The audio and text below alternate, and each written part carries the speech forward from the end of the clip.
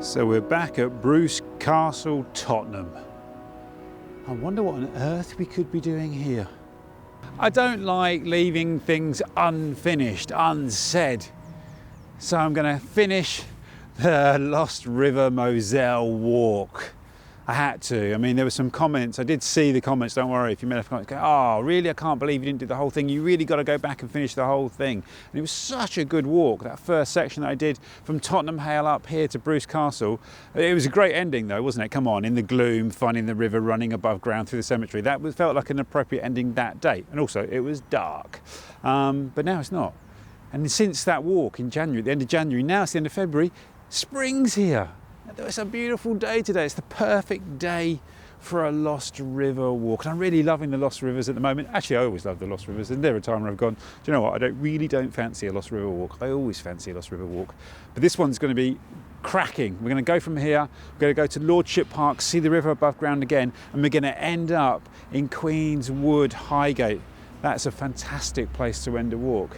I should know because I've ended a few walks in Queen's Wood, Highgate. So yeah, I'm really, as the Americans would say, I'm really pumped about this today. So to start with, we're just going to go along Lordship Lane and look for the turning that takes us around the course of the river, along the course of the river into Lordship Recreation Ground. Look at Alexandra Palace looming there in the distance. We will be going around the foot of Alexandra Palace, around the foot of that hill, but sadly not up to the top. That will be for another video. I feel like I've been up there on one of them, but I can't think which one.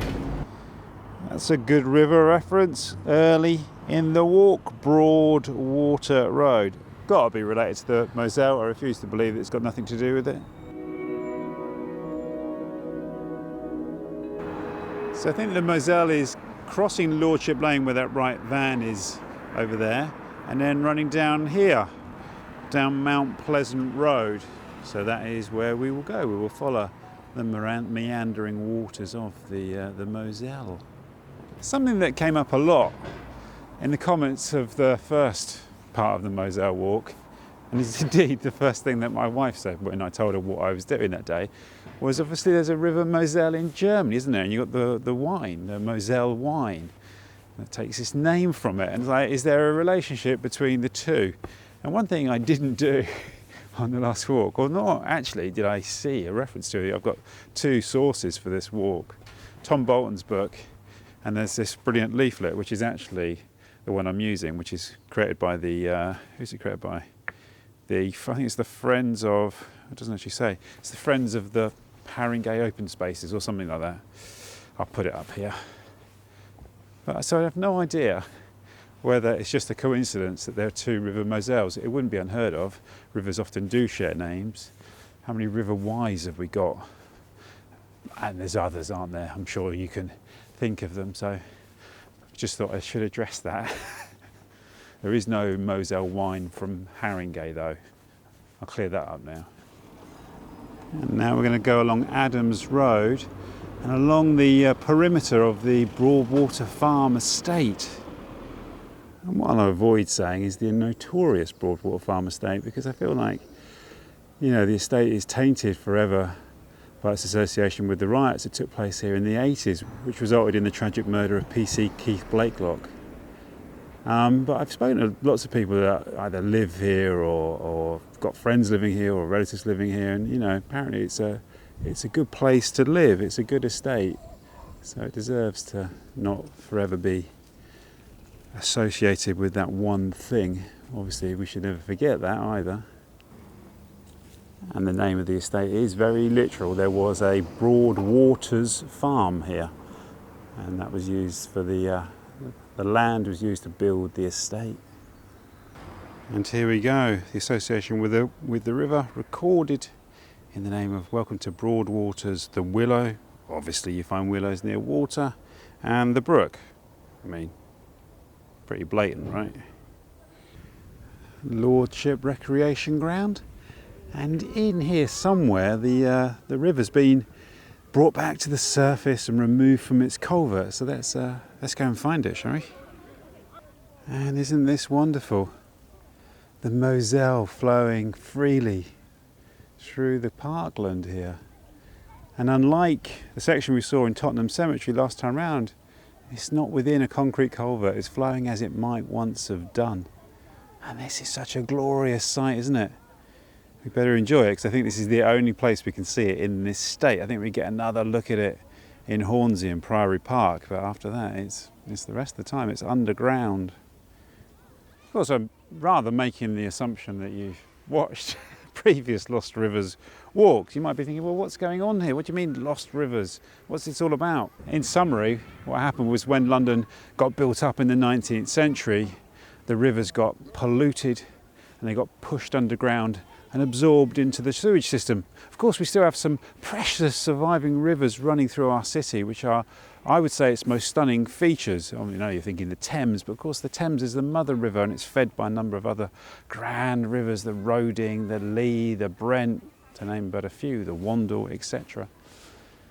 So it's great that we can celebrate these rivers because they're still here, they're still beneath the ground, they're still gurgling away, they're still informing the way we build and the way that we understand our city. I think we can feel them. I think the presence of the rivers is very much with us still. And you get it when you do these walks and you walk the contours of the river valleys.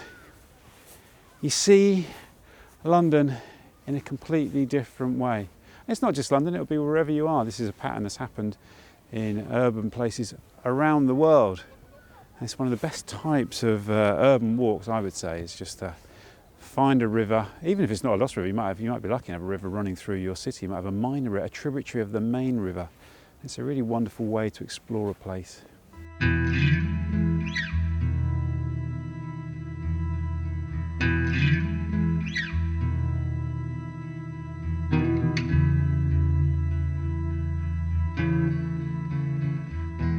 So the river crosses the road here and then it runs behind those buildings on the far side, but we can't access it, so we're going to have to walk up this road here. It's quite a busy road up to Lordship Lane, but next we'll be going along a road named after the river, Moselle Avenue, which I'm really looking forward to. And I think this is still part of the Broadwater Farm here. So you've got to imagine you're strolling through fields across farmland. You can imagine fields of swaying wheat, unless of course it was a pig farm, then you can imagine mud and pigs, but you know. So it's interesting to see the A10 up there, the A10 road going through Enfield, because the A10 sort of shadows the Roman Ermine Street. And I think when I look at the line of the A10, I think Ermine Street might have run through Lordship Recreation Ground. I'll have to look that up. You think that would get mentioned in the literature. But we were certainly within the footprint of the old Roman road heading north. And I believe this church here has some relationship with a church of the same name that was in the city in Threadneedle Street. And I believe the money that was used to build this church came from the rebuilding of that church, which originally burnt down during the Great Fire, and then there was some more work done in the 1850s, which is when this church was built. That's probably a bad retelling of that story, but it's more, you know, it's in the ballpark. Let's just say it's in the ballpark.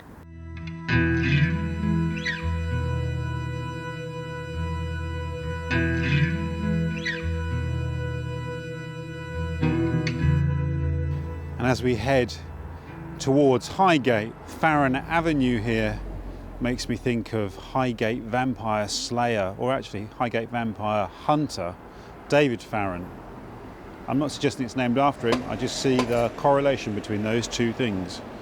And the streets heading off Lordship Lane here are part of the Noel Park Estate, which is a really interesting late 19th century development, sort of affordable housing for London's workers. Put the name of the company who built them on the screen. It's like something like the London Workers, Artisans and something company. So it's like a precursor to later social housing. And now we turn into Moselle Avenue. Fantastic to have a street named after our river. A bit like Effra Parade and Effra Road. We had it in South London last week, didn't we? And Moselle Avenue is also part of the Noel Park Estate, which is a conservation area. It was named after a Tory MP. What I love is Tom Bottom points out there was an Australian MP called Ernest Noel Park, which is really wonderful. Isn't this delightful here, the Moselle Meadow? A place for birds, butterflies, bees, insects, plants and people. A community nature garden situated above the Moselle River.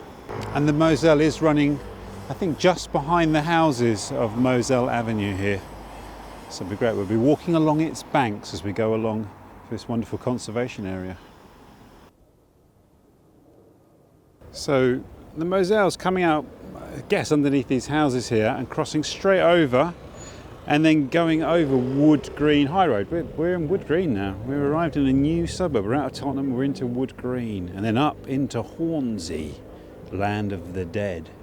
We're going to turn into Gladstone Mews here, and I've been to Wood Green countless times, hundreds of times. I used to live not far away and I never knew this little mews was here. See, this is the kind of thing that rivers do. They lead you to the unexpected places.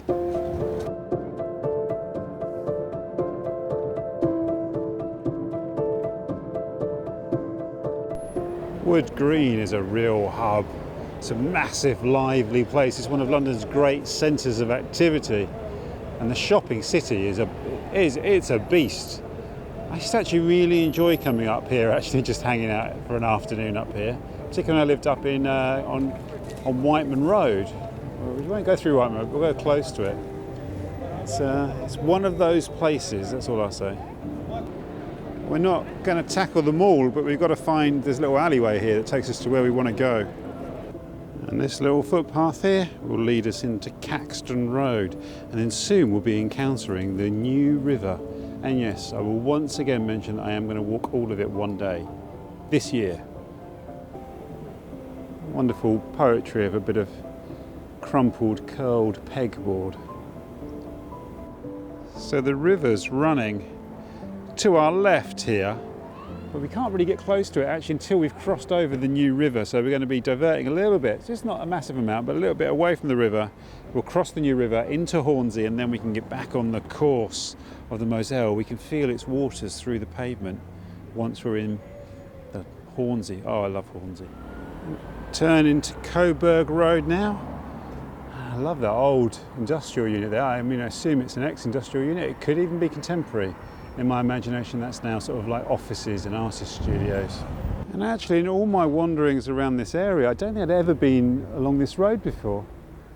The industrial unit's called Cypress House. It's a real beauty, isn't it? Just that simple addition of the curve and the white paint and the way it catches the sun, it really elevates it into something else. And we've got another beauty here in Clarendon Road, the chocolate factory. I wonder what chocolate factory that was. Actually, we'll either look it up when I get home, or it will definitely be in the comments. Someone will definitely know that. And somebody in the comments might have even have worked in there when it was a chocolate factory. So we're going to go up beneath the railway line here, and then we're sort of at the bottom of Alexandra Park on the other side here. We don't actually go really, I don't think we go into Alexandra Park, but it'd be nice just to feel it. And this is what you want on a Lost River walk. A water treatment works, that's what we've got here, water treatment works, associated I think with the New River, which is running in a culvert just at the bottom of the frame. We'll talk about that in a mo when we get a proper look at the New River. And here it is, the New River. An aqueduct built in 1613 to bring fresh drinking water into London from Amwell in Hertfordshire. And it ends at the New River head at the end of Amwell Street. Well, the upper reservoir is at the top of Amwell Street, and then there's the main reservoir, the main river head. And the old Thames Waterworks, which of course was the headquarters of the New River Company at one point. And it still supplies, I think, something like 10% of London's drinking water, which is astonishing. The New River is about 29 miles long, or at least the New River Walk is 29 miles long. I think you can walk alongside it much of the way, I think. I think it's just the urban sections where you can't get near it. I'll link below to at least one video where I passed by the source, or the beginning of the New River, I should say, up in Amwell, sort of between Hertford and Ware. I've walked along short sections of it on those walks, particularly the Hertfordshire bits actually. I've walked along bits of it further down in London just casually, not in a video. So it's been my intention for quite a while now, like for about 6 years, to walk the whole thing, trying to do it in one day, which is, let's be honest, is overly ambitious if I'm making a video. In fact, if I'm making a video, it's almost impossible. But I have made videos where I've walked 32 miles in one day and made a video, and I've, well, actually where I passed the start of the New River. That, there's a pumping station right where the New River meets the Lee. So that was 32 miles, and I've done a 25 mile in a video, and I've done a 30 mile in a video. So it's not impossible. It just has to be midsummer. I've got the maximum amount of daylight, and I can get out of the house by about 7 in the morning, and then it's potentially doable. But yeah, so keep reminding me, because I've been saying this for 6 years and I still haven't done it. This is a relatively new development, less than 10 years old, on what I think was an industrial site. It's one of those where someone will tell us in the comments, although actually I did write about it in my blog in 2014, so I'll link to that below. Just met a young fella back there called Risk It. He's a rapper, and apparently, according to his mates, he's about to be big, he's about to be famous. Risk It. He asked me to take his photograph, so I dropped that photograph in here.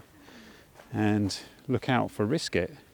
Maybe he'll become massively famous, and that'll be a historic moment, that meeting on the New River.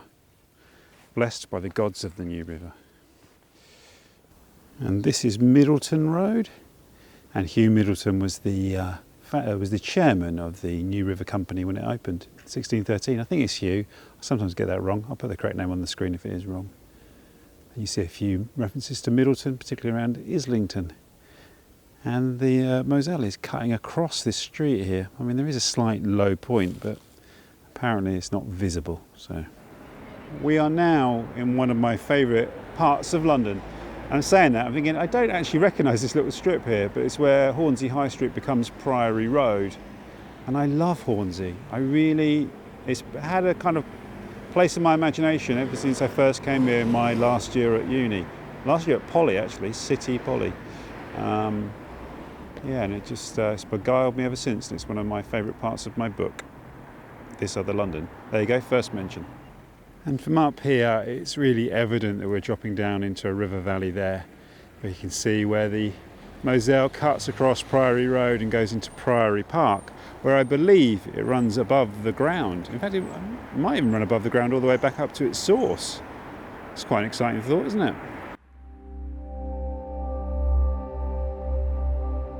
So this point here, at the end of Middle Lane, where it meets Priory Road, is where the Moselle makes its confluence with a brook that arises in Highgate as well. The Cholmley Brook, I might be pronouncing that wrong. So here we have a sacred spot, the confluence of two rivers. And the Moselle is a river significant enough to have multiple tributaries. So the Moselle is running along the edge of the park by the road, but we can't actually walk along that part of the park at this stage. So we're going to go through this wonderful park. I haven't been in here for a few years actually, to be honest with you. Hornsey really is a kind of mystical, mysterious place with references to necromancy taking place here right back in the 16th century, possibly even earlier actually, saying that. And it's something here like the houses all look behind me, those houses all look kind of haunted, and so it's accumulated sort of various references to the dead and the undead and ghosts over the years. I think Arthur Mackin came up here ghost hunting. That was more Tottenham, I suppose. But then you have Stephen King had a mystical experience on the Parkland Walk and wrote a short story about it, which is fantastic. I highly recommend finding a copy of that short story. And yeah, slightly frivolous reference, but you know, Shaun of the Dead, they live up here as well. I think they lived in Priory Road or Priory Park Road or Fern Park Road, one of those. The house is filmed around here. It's amazing. the greatest Zomcom ever made. And then you have the whole kind of legend of the Highgate vampire, which gripped London in the late 60s and early 70s. And one of the vampire hunters claimed to have finally staked the evil Highgate vampire in an old house here in Hornsey. And then you have the terrible crimes of Dennis Nilsson, some of which were committed in a house in, what was the name, Cranley Gardens up here in Hornsey. there's more and more of it. It's in my book. This other London, second mention, but come on, you know, understandable, isn't it? And I love Hornsey. I really love it. In my mind, that fountain there sprays out the waters of the Moselle. It's not actually spraying out any water at the moment, but you know what I mean. Well, I don't know where I got the idea that the Moselle is visible above ground here in Priory Park. I think it's actually because there's another park in Hornsey, around Hornsey Crouch End, where there is a bit of a stream running through it, but I think that must be one of the tributaries of the Moselle. So we might not see the Moselle again. I'm not sure if we can see it in Queenswood Highgate, which is not so far away. This is the final stretch of the walk. And my favourite, sorry, I'm slipping around, look at the mud down here. It's ridiculous. I've made a mistake crossing them, crossing the muddy plain. It's like the fields of Ypres here. My favourite Hornsey reference, of course, is to the brilliant, late, sadly missed, tragically missed comedian Sean Hughes, who in the early 90s had a fantastic TV show called Sean's Show. It was on, I think, Channel 4, and it was when I was living up here in Haringey on Whiteman Road, but we used to spend a lot of time on the other side of the railway tracks around Hornsey, Crouch End, and Sean's show was set in his flat in Hornsey, and so it was like it was in our world, and there was always adverts for like the Hornsey Tribune. Is it the Hornsey Tribune or the Hornsey Gazette? It was fantastic, and we loved it because it was very deconstructed. You know, it was sort of deconstructing the idea of a sitcom, which we were sort of like studying postmodernism and stuff, and we thought that was brilliant and hilarious, and it was brilliant and hilarious, and Sean was brilliant and hilarious, and a period in the 90s he was like the funniest guy around, really fantastic comedian, and just through coincidence he asked me to film a gig for him that he was doing at the Soho Theatre not long before he passed away, very tragically passed away. But it was lovely to get to meet him, work with him. I filmed a gig for him, and such a lovely guy, such a sweet, lovely, generous fella. I shall treasure that memory, and like I say, it's a real tragedy that he passed away, but he left some amazing comedy with us, some great work. I highly recommend going onto YouTube, search Sean Hughes, Sean's Show. That's how to spend the rest of the Sunday evening if you're watching this on a Sunday evening. So we leave Priory Park and we head for Crouch End open spaces, and then up to the source. I think we get to take this lovely little alleyway here. It takes us to the street we need to get to. It leads us into Crouch End open spaces. What a treat. It's really interesting actually, because I've walked around Crouch End loads over the years. It's one of my favourite little areas to walk around. Crouch End, Hornsey, Muswell Hill. I love it around here. And yet doing this walk today has completely defamiliarised me. I know this street, I know the name, but I don't recognise it at all. Isn't that strange? So we're now going to go across Crouch End open spaces, which are a series of sports grounds really, and the Moselle is running slightly to our left here.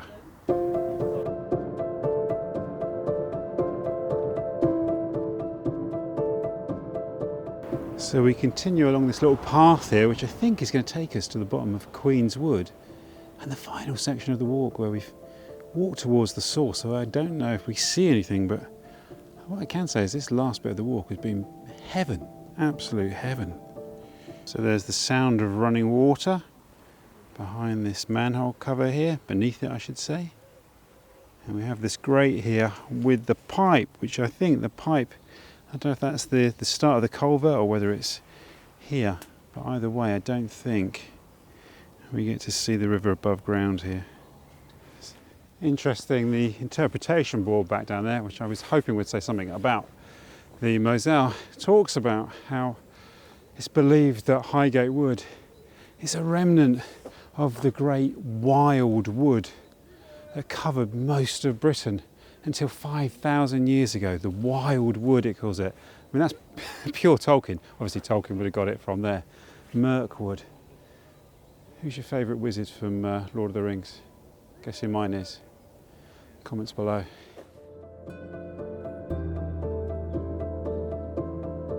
I don't think it'll come out on the video, but we're looking across there, which clearly I'd say this is the course of the stream. running beneath the ground. I'll go down there so we can see.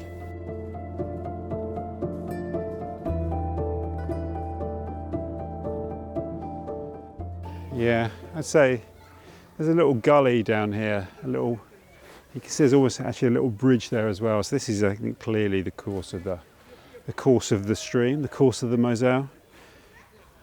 And we had a lot of rain during the week, so you think there'd be water in it, but who knows, maybe it is in a pipe beneath the ground here. But I'd say it's here. Anyway, it's here.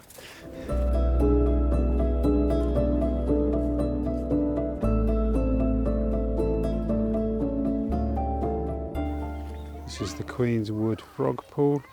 I don't know if it's associated with the river. I've just said that frog pool isn't associated with the river, but look, here, this has got to be it, isn't it? Running down into the pool there, the pond.